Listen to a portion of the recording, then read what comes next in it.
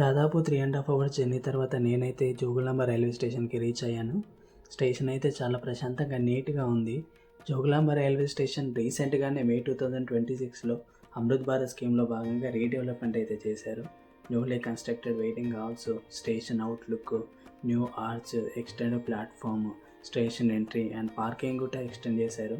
Railway station amenities అయితే ఇంకా full ఫ్లెడ్జ్డ్‌గా open చేయలేదు. స్టేషన్‌లోనే కొద్దిసేపు టైం స్పెండ్ చేసి నేనైతే స్టేషన్ నుంచి ఎగ్జిట్ అయితే అయ్యాను. ఎగ్జిట్ అవుతూనే నాకు లెఫ్ట్ సైడ్‌లో ఆటోస్ అయితే కనిపించాయి. అయితే అవి టెంపుల్‌కెళ్ళే ఆటోస్ కాదంట. వాటి పక్కన బస్ షెల్టర్ అయితే ఉంటుంది. అక్కడ టెంపుల్‌కెళ్ళే షేరింగ్ ఆటోస్ అయితే తీసుకున్నాను. ₹40 ఛార్జ్ చేశారు.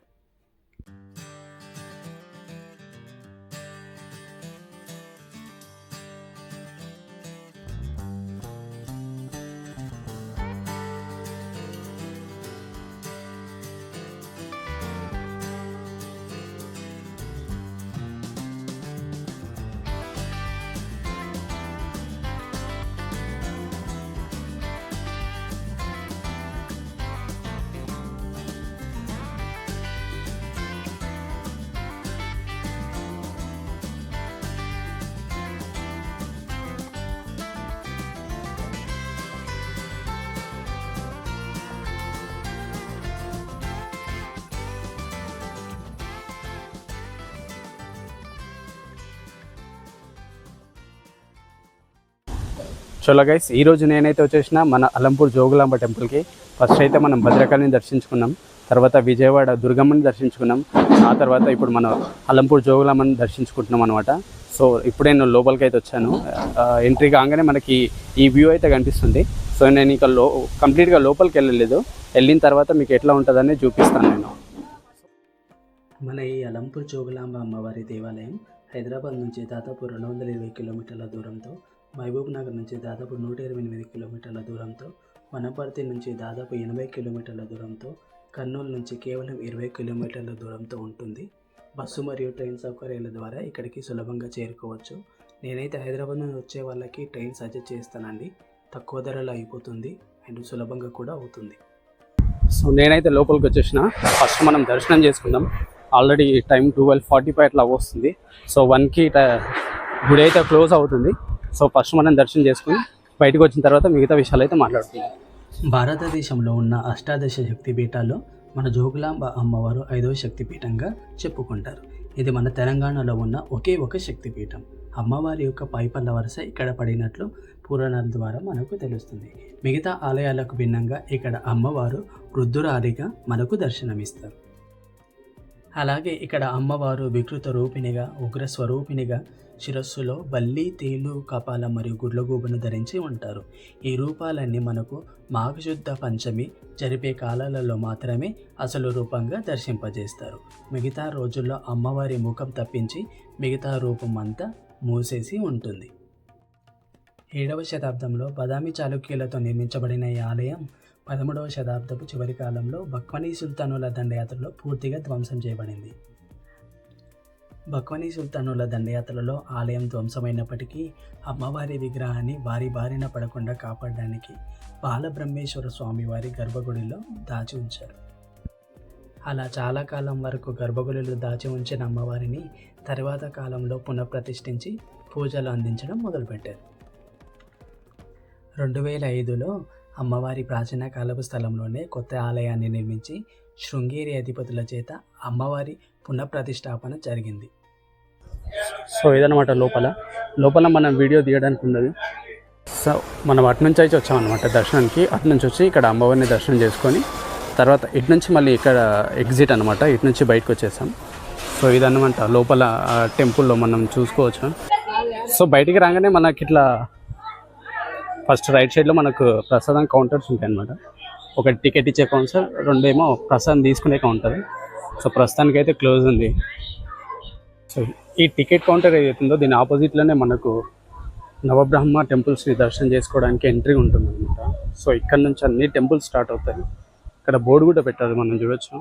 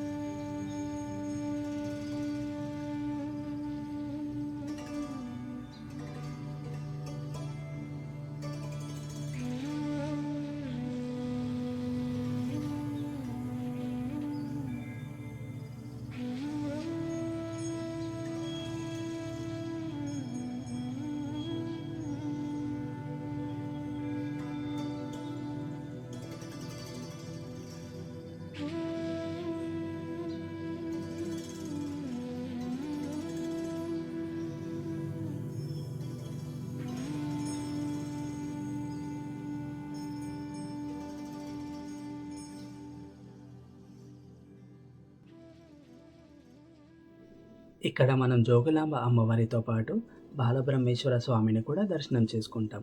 మన ఈ బాలబ్రహ్మేశ్వర స్వామి ఆలయంతో కలుపుకొని 8 బ్రహ్మేశ్వర ఆలయాలు ఉంటాయి. బాలబ్రహ్మేశ్వర ఆలయంతో కలుపుకొని నవబ్రహ్మేశ్వర ఆలయాలుగా వెలిశాయి. ఈ ఆలయాలని నవగ్రహాల స్థానంలో ప్రతిష్ఠించారు. ఒక్కొక్క నవగ్రహానికి అనుగుణంగా ఒక్కొక్క పరమేశ్వరుణ్ణి ఆరాధన చేస్తారు. బాలబ్రహ్మేశ్వర స్వామి వారి ఆలయంతో పాటుగా కుమార బ్రహ్మ, వీరబ్రహ్మ, విశ్వబ్రహ్మ, అర్ధబ్రహ్మ, గరుడ బ్రహ్మ, స్వర్గ బ్రహ్మ, పద్మ బ్రహ్మ, తారక బ్రహ్మ ఆలయాలను మనం దర్శించుకుంటాం. ఇక్కడ ఉన్న ఆలయాలను బ్రహ్మేశ్వర ఆలయాలు అని పిలవడానికి గల కారణం, ఒక ఋషి శాపం చేత తన ఉనికిని కోల్పోయిన బ్రహ్మ తన ఇష్టదైవమైన ఈశ్వరునికి తపస్సు చేస్తారట. అప్పుడు ఈశ్వరుడు బ్రహ్మకి 9 రూపాలలో దర్శనమిచ్చారట. అందుకే ఈ ఆలయాలను ఆ పేరుతో పిలుస్తారు.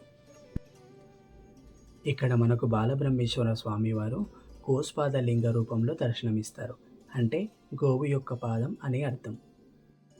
మనం ఇందాక చెప్పుకున్నట్టు శివుడు కైలాసాన్ని వదిలి భూలోకానికి రావడం పార్వతీమాతతో పాటు నంది కూడా ఇష్టం ఉండేది కాదట.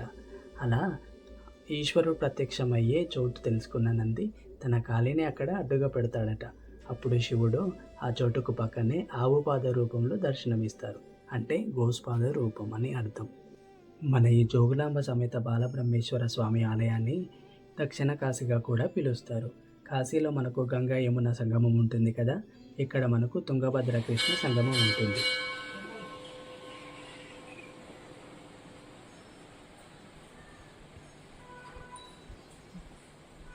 సో ఇది మెయిన్ బాలబ్రహ్మేశ్వర స్వామి వారి ఆలయం. సో లోపల గర్భగుడి అనమాట. లోపల ఆల్రెడీ భక్తులు ఉన్నారు. నేను ఇప్పుడే దర్శనం చేసుకొచ్చాను. మనకు లోపల వీడియో తీయనీరు అనమాట. సో ఇటు రైట్ సైడ్ వస్తే ఇంకా చాలా ఆలయాలు అవుతున్నాయి.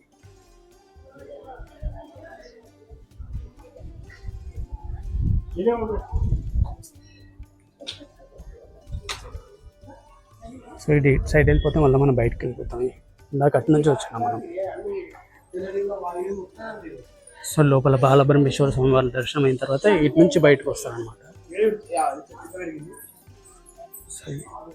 యాక్చువల్లీ లోపలికి వచ్చిన తర్వాత మనకు కోట కూడా నిర్మించారనమాట.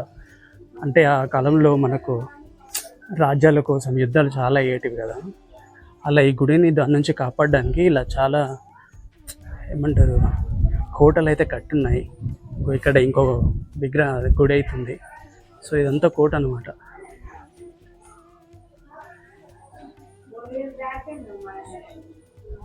సో ఇటు సైడ్ వెళ్తే ఇంకో టెంపుల్ అయితే ఉంటుంది.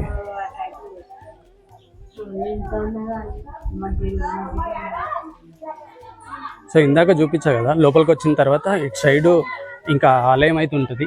ఇది అమ్మవారి మెయిన్ ఆలయం. అక్కడ ఆల్రెడీ దర్శనం చేసుకొని వచ్చాము. సో ఇదైతే లోపల అంతా కోట.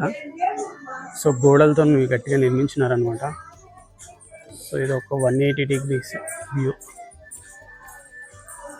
ఇప్పుడు అటు నుంచి మనం వచ్చినాము. సో ఈ లోపలికి అయితే వెళ్ళిపోదాము, ఒకసారి చూద్దాం.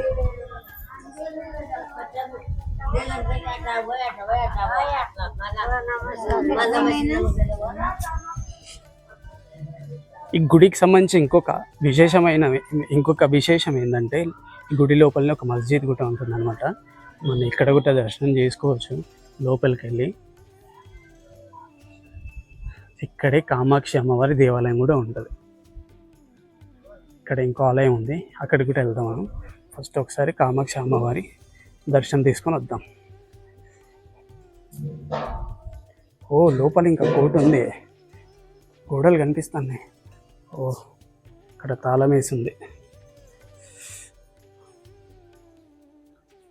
ఇది తమిళ్ అనుకుంటా, తమిళ్లో రాసింది.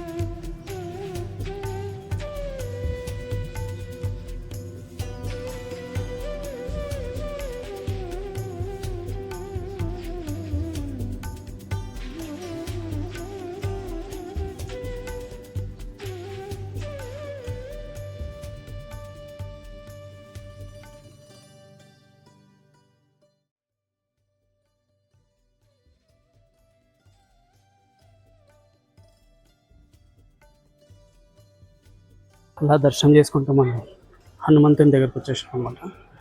సో ఇక్కడ మన హనుమంతుడు కూడా ఉన్నారు. జై హనుమాన్. మనకు హనుమాన్ పక్కనే మన కృష్ణుడు కూడా మనకు దర్శనం ఇస్తాడనమాట.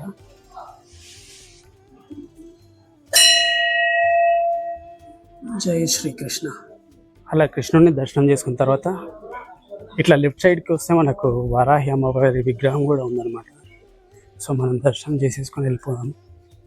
సో ఇక్కడ వారాహి అమ్మవారు.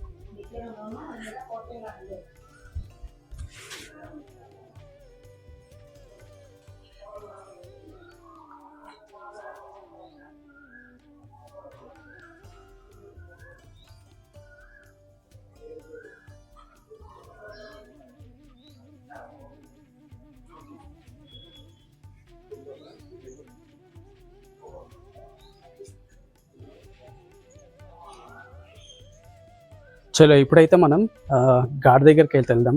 అమ్మవారిని దర్శించుకున్న తర్వాత డైరెక్ట్ శివాలయంలోకి వచ్చేసాను అనమాట. సో ఇంకా ఘాట్ దగ్గరికి అయితే వెళ్ళలేదు. సో ఘాట్ దగ్గరికి వెళ్ళేసాం. సో మీ ఘాట్ దగ్గర చూపించేస్తాం. చలో ఘాట్ దగ్గరికి అయితే వచ్చేసిన. మెట్లెక్కాలా, మెట్లెక్కిన తర్వాత అవతల ఘాట్.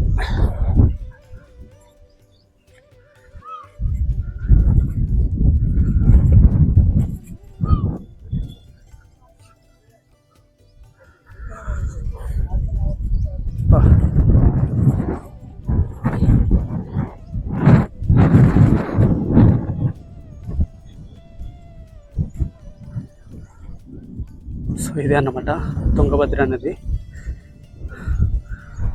ఇక్కడ తుంగభద్ర అమ్మవారి విగ్రహం కూడా ఉంది.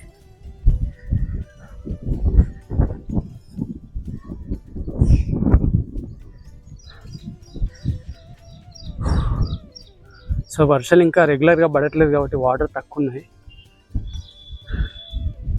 అయినా కూడా బాగుంది. ఇక్కడ చిన్న తెప్ప కూడా ఉంది చూడండి.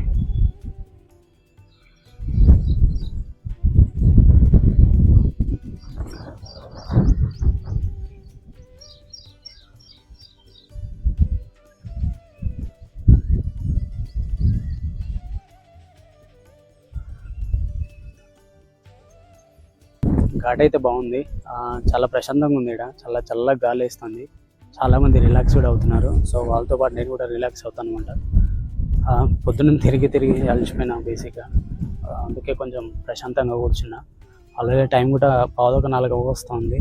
సో బయలుదేరాల్సిన టైం అన్నమాట. నెక్స్ట్ వీడియోలో కలుద్దాం. బాయ్.